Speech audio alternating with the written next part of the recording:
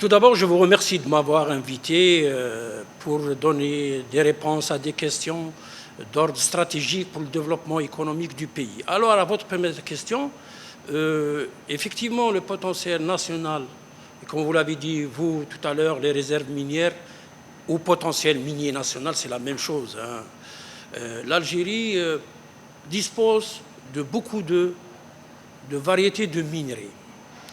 Globalement, on a 31 produits miniers qui sont censés apporter quelque chose à l'économie nationale et en particulier à sa diversification, comme l'a précisé Monsieur le Président de la République dans ses 54 engagements, en donnant un coup de pouce au développement du secteur minier algérien. Alors, cette action a commencé en 2020 par la création d'un ministère des Mines. Disons-le, dans l'histoire, c'est la première fois que l'Algérie se dote d'un ministère des Mines pour mettre en application la politique minière du pays selon les instructions de Monsieur le Président de la République. Qu'est-ce qui a été fait dans le cadre de cette nouvelle stratégie? Tout d'abord, je veux donner un peu une idée sur ce potentiel dont vous avez parlé tout à l'heure. L'Algérie dispose d'un important potentiel minier qui est très bien, disons-le, connu, mais insuffisamment exploré et insuffisamment exploité. Alors, je précise, dans ce potentiel, on peut d'ores et déjà parler de la présence de gisements de minerais de fer qui sont en exploitation, et l'industrie nationale, Al-Hadjar, en profite.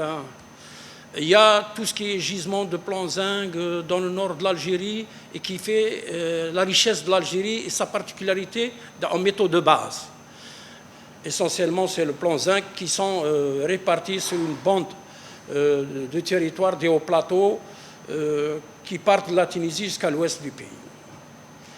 En plus, nous avons un potentiel, comme je le disais tout à l'heure, en substances énergétiques solides, c'est-à-dire charbon, lignite, schiste bitumineux.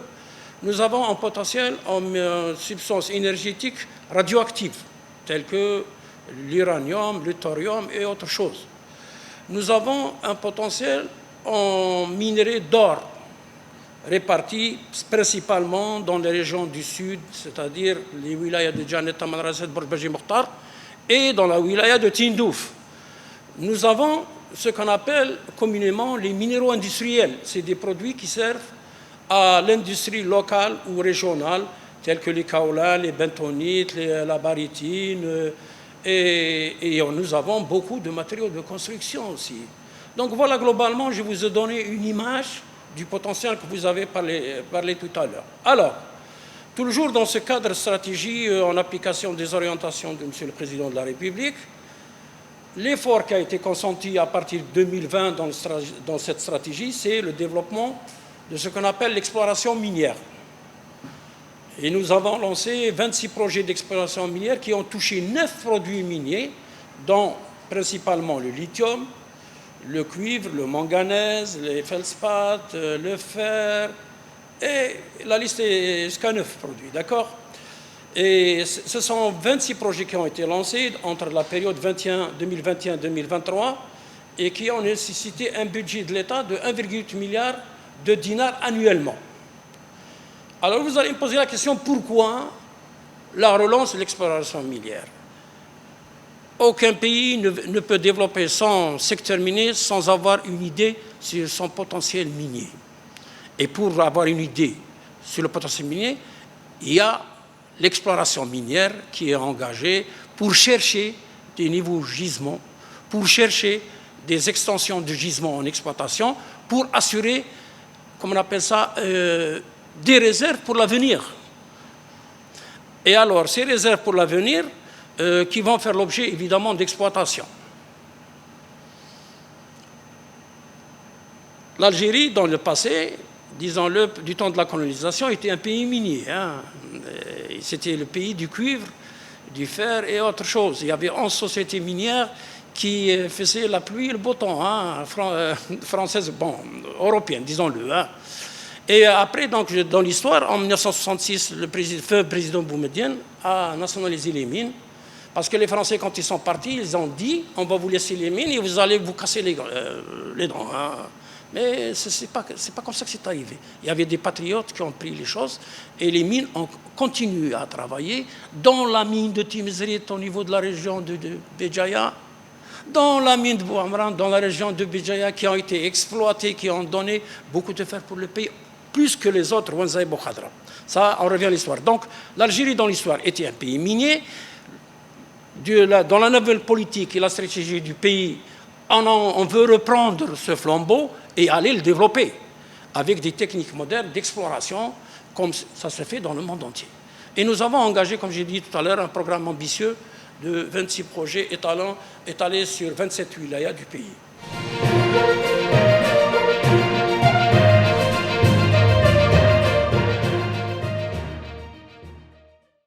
Les moyens nécessaires pour l'exploitation, on peut les acquérir. On peut les acquérir. Alors, pour exploiter une mine, il y a deux volets. Il y a le volet ressources humaines, qu'il faudra, je ne dirais pas fabriquer, mais il faudra former. Il faut former les ressources humaines. Et pour ça, je vous annonce une nouvelle. On vient de créer une nouvelle école minière au niveau du groupe Sonarem, qui aura pour mission former tout l'encadrement et former toute la maîtrise pour tous les projets que nous avons commencé à lancer. Il s'agit du projet de Garadji Bilet pour le sud-ouest, il s'agit des deux projets de phosphate pour l'est, et il s'agit évidemment du projet de Oued Amizour sur lequel nous comptons beaucoup. Mais ce n'est pas uniquement pour ces projets. Nous allons former pas mal de cadres, d'ingénieurs, de techniciens pour les autres projets aussi, parce que en application des instructions de M. le Président de la République, il nous a été dit qu'il faut développer la cartographie géologique. Et pour développer la cartographie géologique, on a besoin de géologues, on a besoin de géophysiciens, on a besoin de géochimistes, on a besoin de gens spécialistes dans la télédétection, on a besoin de gens sur toutes les branches des sciences de la Terre. Donc, l'un des volets sur lesquels nous comptons, c'est la formation de ressources humaines. L'autre volet, c'est les équipements techniques. Ça s'achète. On ne les fabrique pas en Algérie, mais on les achète. Il n'y a aucun problème, on peut les acheter, on peut les acquérir, et on peut travailler et exploiter les mines.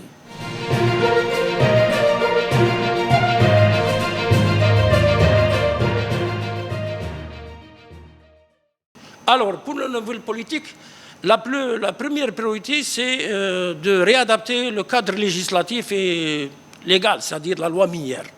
Nous l'avons remaniée et elle est au niveau du service du gouvernement. Donc, la remaniée, pourquoi? Parce que l'enseignement 2014 ne permettait pas des facilitations pour les investisseurs. Mais aujourd'hui, dans le cadre de cette nouvelle politique, nous voulons faciliter l'investissement minier, que ce soit en exploration ou que ce soit en exploitation, à tout candidat qui a les moyens techniques et financiers pour développer ce secteur minier. Donc le premier chantier, c'est la loi minière. Nous l'avons refaite, nous l'avons simplifiée, et elle va, Inch'Allah, dès qu'elle sera adoptée par les organes de l'État, c'est-à-dire les chambres, le conseil du gouvernement, le conseil des ministres et les deux chambres, d'ici, Inch'Allah, d'ici la fin de l'année, elle sera certainement mise en application. Ça, c'est le premier grand chantier.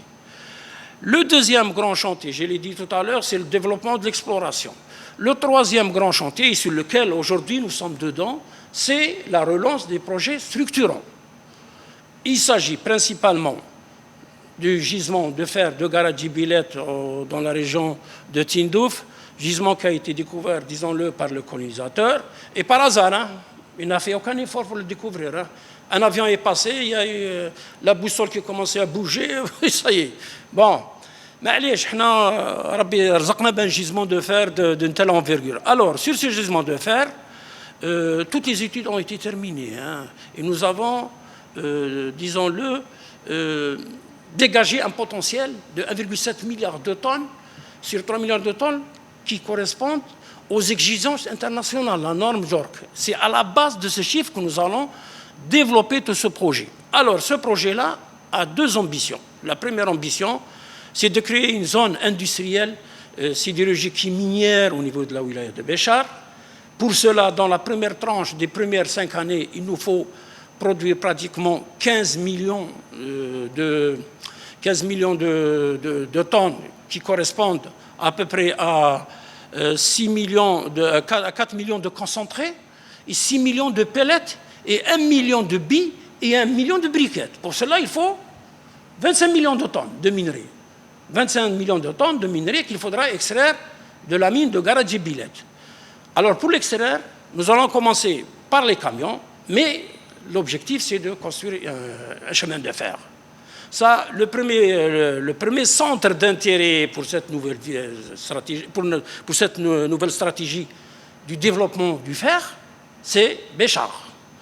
Entre-temps, nous sommes en train de réfléchir pour créer un autre centre dans les wilayas du Nord, peut-être Saïda, peut-être Nama, je ne saurais vous le dire, mais qui aura à peu près la même capacité de production des produits semi-finis. Il y a encore à peu près les 13-15 millions de tonnes. Pourquoi? Parce que si on fait un retour en arrière, pour 2025, nous allons produire 12,5 millions de tonnes d'acier. 12,5 millions de tonnes d'acier qui vont nous nécessiter des importations à hauteur de 1 à 2 milliards de dollars.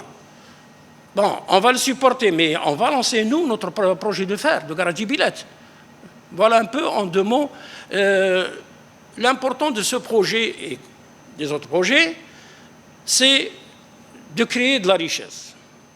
C'est de donner des produits au pays, d'exporter, des produits excédentaires exportés et suspendre ou arrêter dans le temps les importations, parce que ça nous coûte cher, et on veut évidemment créer de l'emploi.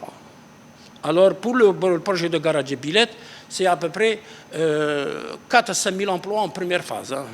C'est pas peu. Hein. Alors un emploi direct, il lui faut ajouter 3 ou 4 emplois dans les mines indirectes. Ça va créer le développement du sud-ouest du pays. Parce que quand on va construire le chemin de fer, on aura à construire des agglomérations aussi. Hein. Donc ça va créer une nouvelle dynamique dans cette région. Maintenant, puisque si on parle de ces projets structurants, si vous permettez, je vais continuer dans cette direction. Alors, à l'est du pays, nous avons l'ambition de construire 2 grands projets. Le premier grand projet qu'on appelle le phosphate intégré. Projet phosphate intégré, ce projet-là, qui va nécessiter la production de 10 millions de tonnes de minerais pour fabriquer 6 millions de tonnes de concentré, pour fabriquer 4 millions de tonnes d'engrais, différents types. Je ne vais pas aller dans les détails. Ce projet-là, nous avons créé une société mixte entre Asmidal, Menel et les partenaires chinois. Et la société de projet est en train de travailler sur les différentes études et il se fera en 3 phases. Un investissement nécessaire, 3 milliards de dollars pour la première phase. Pour les 2 autres phases, la deuxième et la troisième, c'est les cash flows qui vont financer le projet. Là, il y aura à peu près 4 000 emplois. Mais de l'autre côté, nous allons développer l'infrastructure, on va doubler, on va réactualiser, plutôt on va réaménager la voie minière qui partira de Bled Ledba jusqu'à Mnaba, et on va la doubler. Et là aussi, il va y avoir de la création de richesses sur 4 ou 5 wilayas. Donc vous voyez un peu l'ampleur de ce projet-là. Parallèlement, nous avons envisagé un projet typiquement 100% algérien, qui va être centré, plutôt qui va être construit dans le village de la Ouena, dans la wilaya de Tébessa.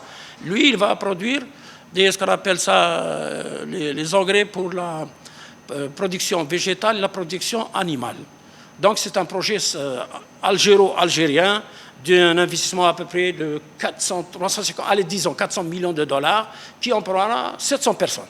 Et là, on arrêtera les importations de ces produits que nous continuons à importer jusqu'à aujourd'hui, alors que les produits, nous les avons. Alors, la nouvelle stratégie, dans la nouvelle stratégie, donc développement de l'exploration, développement de la transformation des produits, on ne va plus se permettre d'exporter des produits bruts tels que le phosphate rock. Nous allons mettre en place une politique de transformation de tous les produits miniers que nous pouvons. La transformation va nous faire gagner des devises pour n'importe pas et on va exporter, on va se placer sur le marché international. Alors, un autre projet sur lequel il faut que je parle quand même, c'est le président de la République nous a donné l'accord et nous a encouragés, c'est l'exploitation artisanale de l'or au Hogar. Là, nous avons fait un grand effort. L'Algérie a fait un grand effort pour les enfants de la région et ça travaille. Il y a des difficultés, mais nous résistons.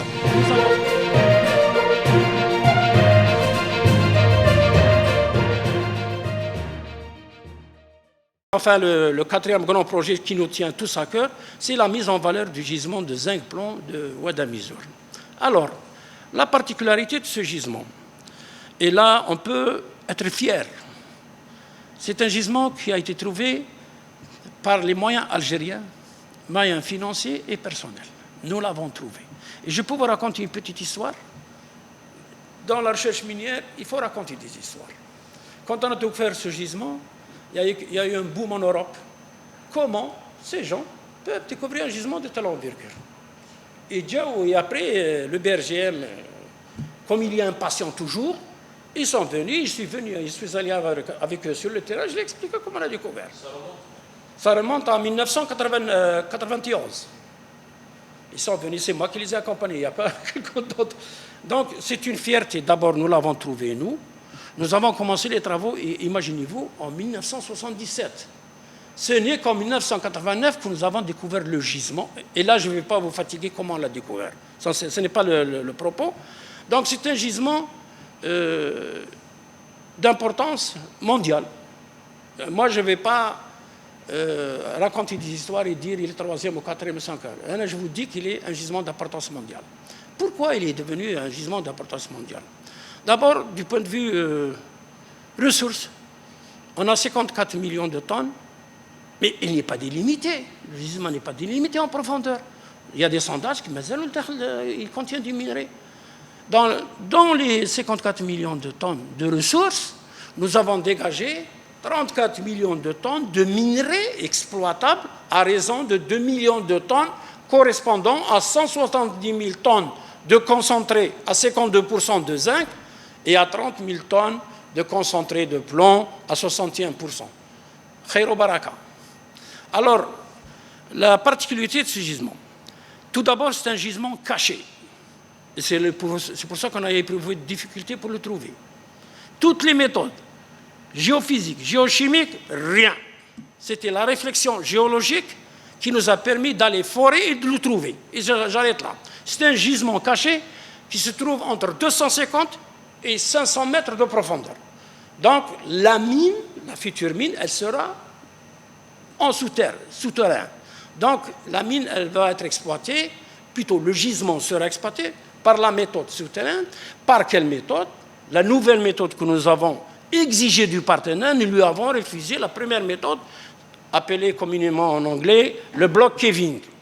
Or, le block caving, quand on avait remarqué, il nous créait un cratère sur notre région d'Ouadamizor. Négatif, on a refusé. On a refusé et on l'a bien fait de le refuser.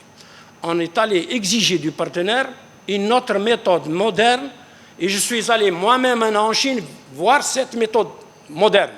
C'est-à-dire, c'est du rembrayage des chambres descendantes. L'avantage de cette méthode, elle est un peu plus chère, mais elle préserve l'environnement, elle préserve la sécurité des travailleurs, elle préserve tout. L'avantage de cette méthode, c'est-à-dire quand on va enlever le minerai, évidemment, on va utiliser des forages et on va faire de l'explosif, parce que c'est des roches minéralisées qu'il faut enlever par l'explosif. Quand on extrait ce minerai, on le ramène par comme on appelle ça, des ouvrages spéciaux que nous avons imaginés, et les camions pourront descendre en bas. Donc ce n'est pas une vue de l'esprit des wagons comme a fait la France de son temps pour le gisement de Ben Amra, les wagons qui se baladent au-dessus de la ville de Béjaïa. Nous, non.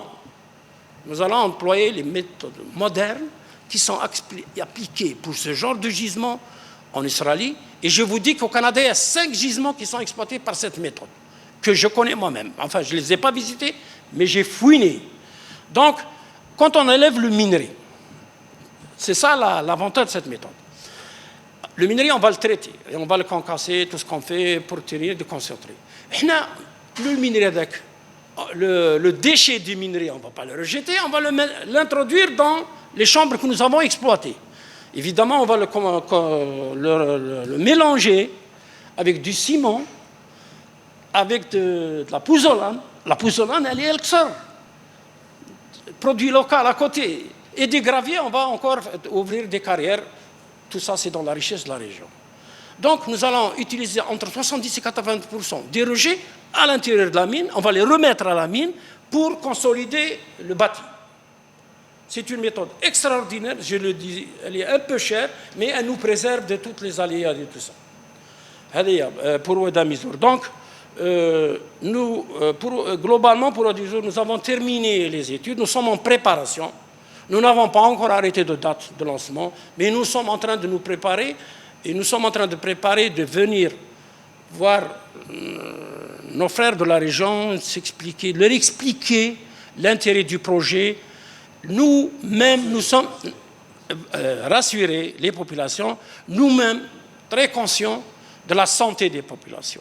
Nous sommes très conscients de la préservation de l'environnement. Et je vous assure, et je vous rassure, que les études qui ont été faites par des bureaux de niveau international. Et là, on a vérifié. Et je vais vous dire une chose, la société du WMZ, le partenaire est avec nous, on est très exigeant sur la préservation de l'environnement. Il n'y aura pas, comme on appelle ça, de pollution des nappes. Je vais vous dire pourquoi. Parce que dans l'ancienne méthode, il était prévu de créer un barrage pour mettre tous les déchets dedans. Aujourd'hui, non. On ne crée pas de barrage. On sèche les produits qui restent, les 30%. 70% reviennent à la mine. Les 30%, quand on les sèche, on fait un cake. Et sous le cake, on va mettre des membranes spécialisées pour, même dans le cas où il y a quelques éléments qui peuvent fuir, ils seront récupérés par des canaux spéciaux. Donc, notre souci, c'est de lancer l'exploitation de ces gisements, mais en préservant l'environnement et en préservant tout d'abord la santé de nos populations. Ça, c'est indiscutable. Et nous allons le faire parce que c'est notre obligation. On ne va pas construire une mine pour faire des problèmes aux gens. Donc, voilà. Tout ce qui est intéressant pour ce gisement, pourquoi moi, personnellement, j'y tiens. Je vais vous dire, je vais être honnête. J'étais jeune ingénieur, bon, j'avais quand même terminé mon doctorat. J'étais jeune ingénieur qui s'est battu pour ce projet, avec les anciens de son harem, pour que ce projet ne s'arrête pas. واليوم الحمد لله ربي رزق بلادنا رزق جهتنا بلادنا بهذا يعني هذا اسمه bon ومن بعد كاين واش كاين رايحين نقريو. On va former tous les gens de là-bas. On va donner de l'emploi de tous les gens. Dans les études, je vais vous dire une chose, une confidence. 25% du budget de l'investissement est préservé sous le contrôle d'un bureau spécialisé, l'environnement et la santé. Un bureau qui sera créé spécialisé pour le suivi de ces poids-là. Obligatoire. Ma cache à droite. 25% du budget. Imaginez-vous, sur 700 millions de dollars, faites votre compte. C'est beaucoup d'argent. Et là, on ne veut pas risquer. On ne veut pas prendre aucun risque.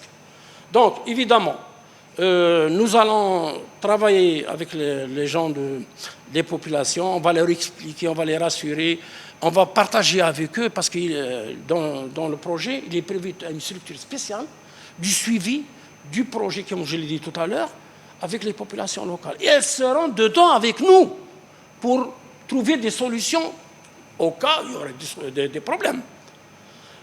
Voilà, je crois que... Alors, le projet va créer 700 emplois directs, mais bon, là, on va l'amener peut-être à 1000. On va peut-être le ramener à 1000. Pourquoi? Parce que là, qu'est-ce qu'on veut faire? On veut que ce projet crée des sociétés. La WMZ, la société mixte, comme j'ai dit tout à l'heure, nous avons repris le contrôle à 51%, ce qui nous facilite la tâche. Aujourd'hui, on a la majorité. On va appliquer tout, absolument tout. Donc, nous allons former, nous allons construire, nous allons aider, nous allons tout faire pour que ce soit un projet citoyen.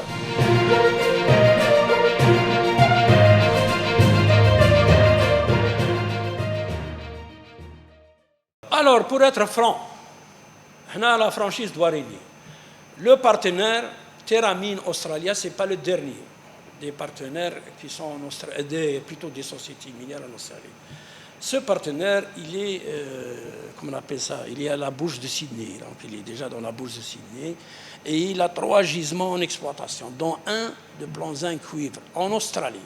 Donc vous imaginez, l'Australie, un pays minier, va s'amuser à donner des licences,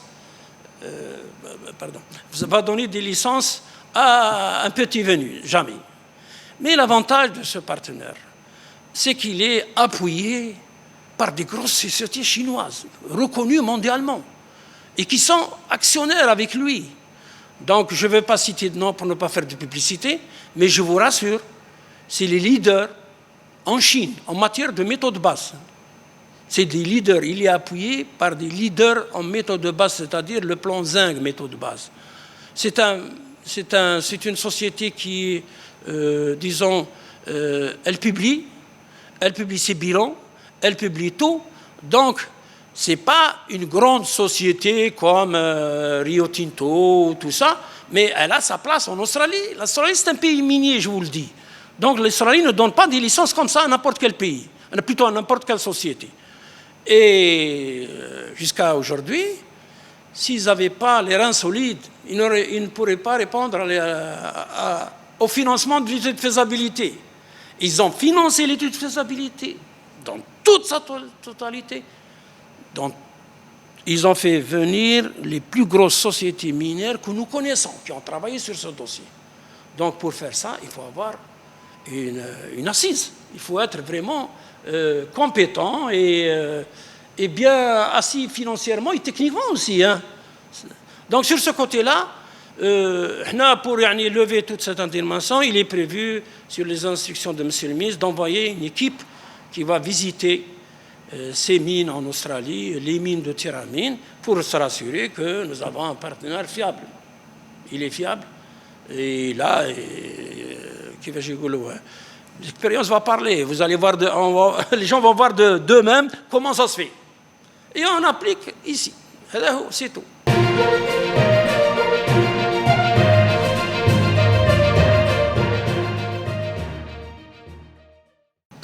Sur les 170 000 tonnes de concentré que nous allons produire. Nous avons, ça c'était dans les actes que nous avons signés avec le partenaire. Dit-lui d'abord, on va subvenir au marché national d'abord et on exporte. Parce que l'usine de Ghazaouet, qui était initialement prévue pour 80 000 tonnes, dans les bonnes années de l'usine de Ghazaouet, elle a importé 60 000 tonnes de concentré de zinc. Elle a amené de Portugal, d'Espagne, un peu de partout, du Pérou et tout ça. Aujourd'hui, on veut reprendre cette situation. C'est nous qui allons donner ces 60 ou 80 000 tonnes de zinc. Parce que l'usine, elle a 80 000 tonnes, pas plus. Elle peut pas. Donc, si on arrive à lui donner 60 000, c'est déjà pas mal. Plutôt, si elle arrive à elle faire de l'électrolyse 60 000 tonnes, c'est parfait. L'excédent. Pour l'excédent, nous avons toujours un espoir que le partenaire va y construire une usine pour l'utilisation, l'électrolyse du zinc du concentré. Et le reste, nous l'exportons parce que la demande mondiale, elle ne fait que grimper parce que le zinc est très demandé sur le marché. Attention, le zinc, c'est l'un des métaux qui est demandé par la transition énergétique. L'un des métaux qui est sollicité au même titre que le cobalt, que le cuivre et les autres produits qui sont devenus aujourd'hui stratégiques. Le zinc, aujourd'hui, les gens pensent à faire des batteries à la place du lithium au zinc pour les voitures électriques. Donc, satisfaire le marché national, encourager le privé algérien à construire des usines même de 20 000 tonnes, pourquoi pas? S'il y a des gens qui veulent construire des usines d'électrolyse de zinc, marhaba, natiom le concentré. Ou le reste, il faut qu'on exporte parce qu'il faut qu'on ramène de l'argent aussi.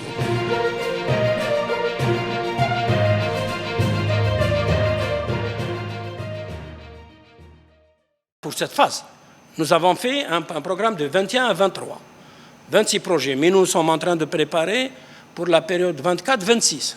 Aussi, ça va tourner autour d'une trentaine de projets. Parce que je n'ai pas le chiffre exact, mais c'est 30 projets. Elle a 30 projets. Ce sont les rythmes, les moyens de réalisation internes. Et nous les réalisons par le biais de sociétés public, c'est-à-dire l'Office de la recherche géologique et minière, qui est une filiale du groupe Sonarem. C'est-à-dire on donne du travail aussi à nos gens aussi. Donc les capacités de réalisation pour le moment au niveau de l'ORGM tourneraient autour de 30 projets. D'exploration, je dis bien. C'est-à-dire c'est la recherche minière. Mais entre-temps, on a des projets de cartographie géologique qui sont faits par l'ASGA. C'est-à-dire la couverture cartographique géologique. Ils ont des échelles qui sont en cours, des projets en cours. Là aussi, c'est très important. Ça rentre dans le cadre du développement de l'infrastructure géologique et géophysique du pays.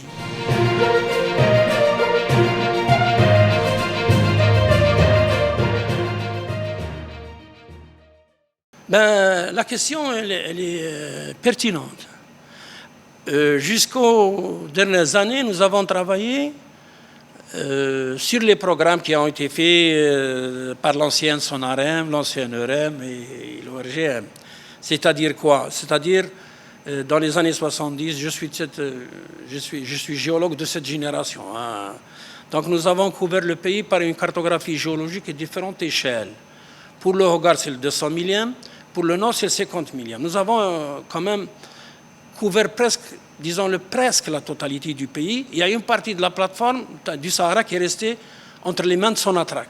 Mais la Sonarem, elle a couvert les régions du Hogar, la région du Hogar, la région des Aiglabes, la région de l'Ogarta et tout le nord du pays. Donc la cartographie, elle existe. Parallèlement, nous avons lancé un levé aérogéophysique aérien qui a été fait par les sociétés américaines, qui avaient une double utilisation pour les hydrocarbures et pour le minier. Donc l'Algérie dispose déjà d'une infrastructure. Et ce n'est pas donné à tout le monde d'avoir cette infrastructure. Mais aujourd'hui, nous jugeons que cette cartographie nécessite une amélioration, une précision, une autre vision, une application différente de la recherche minière, des compréhensions des concepts métallogéniques, l'utilisation des méthodes modernes telles que la téléélection ou bien la géophysique aéroportée, l'utilisation par exemple du matériel pour la recherche des drones. Donc c'est dans cette vision que les pouvoirs publics nous ont demandé de revoir un peu cette cartographie nationale. Parce que, comme je l'ai dit tout à l'heure, l'Algérie, c'est un pays vaste. Hein. C'est le premier du point de vue superficie d'Afrique, 2 300 000 km². Il est insuffisamment exploré, il est insuffisamment exploité. Donc vous voyez un peu la tâche qui nous attend.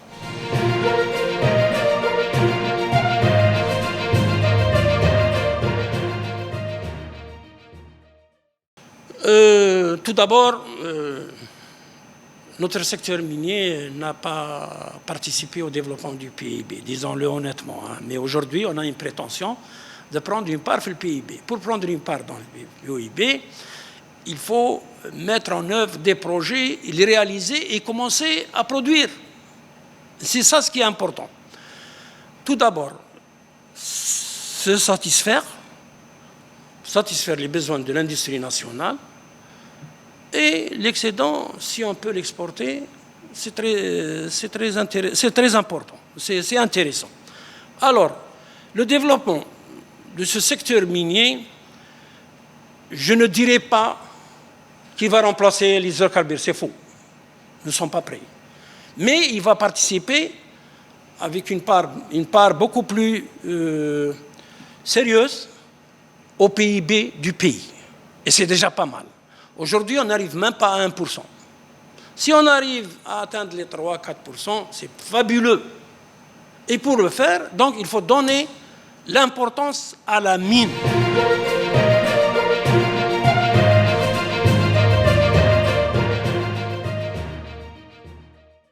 L'exploitation minière du temps de la colonisation, notamment l'exploitation du charbon dans la région de Kenadza, c'était des conditions pénibles, c'était des mineurs qui travaillaient au marteau-piqueur et à la pioche, sous 400 mètres, dans des galeries, parce que l'exploitant, comment on appelle, radin, il n'utilisait même pas les galeries conformes à la réglementation internationale. Je ne parle pas de l'Algérie ou de la France. Parce que l'exploitation de la mine doit répondre aux normes internationales. C'est des superficies bien réglées. C'est 4 mètres les sections. 4 mètres la superficie. Ou ils donnent 2 mètres. Donc, nous sommes tout. Donc, ils ont travaillé dans des conditions pénibles jusqu'à 400 mètres, où il y avait le charbon et parfois il y a même des émanations de grisou, il y a des accidents, des morts. Aujourd'hui, non. La mine, c'est un autre monde. Même les mines de charbon, ils doivent répondre aux normes internationales d'environnement et de sécurité.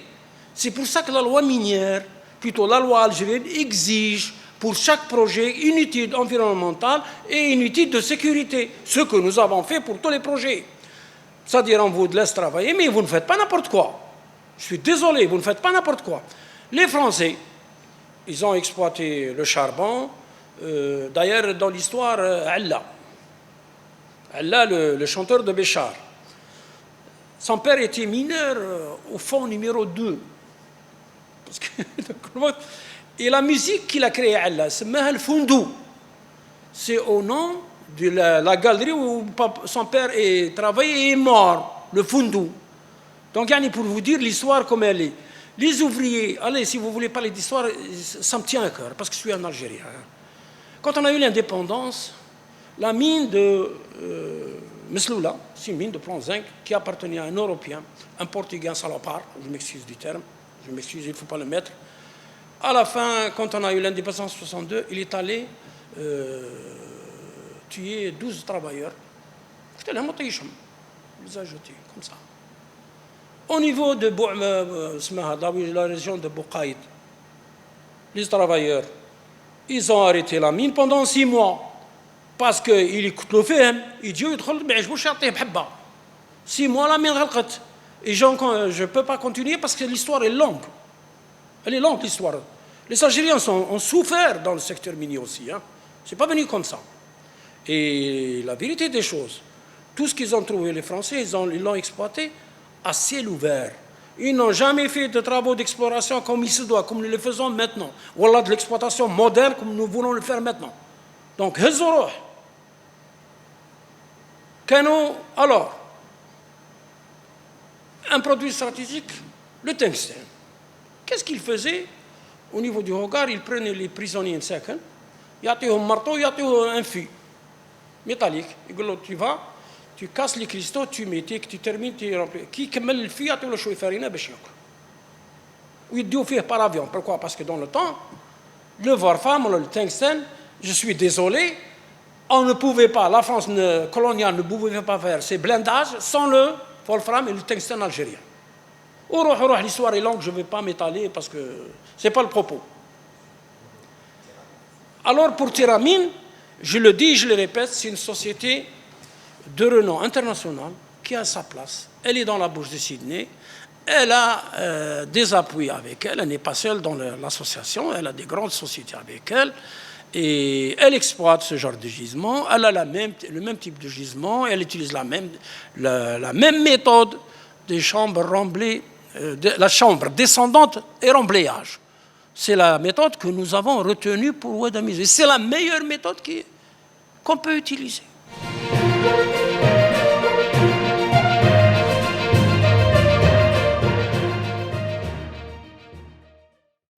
On peut fièrement annoncer que l'État algérien a pris l'engagement de donner toutes les possibilités pour que le secteur des mines se développe et occupe une place honorable dans la diversification de l'économie nationale.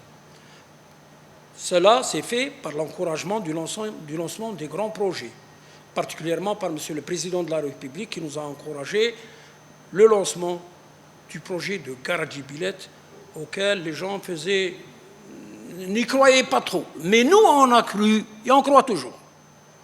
Donc, nous allons tout faire pour répondre à la demande de l'État algérien et du peuple algérien aussi, parce qu'il a besoin de ces projets, a besoin de travail, a besoin de richesse. Inch'Allah, à l'avenir, nous allons continuer sur cette dynamique.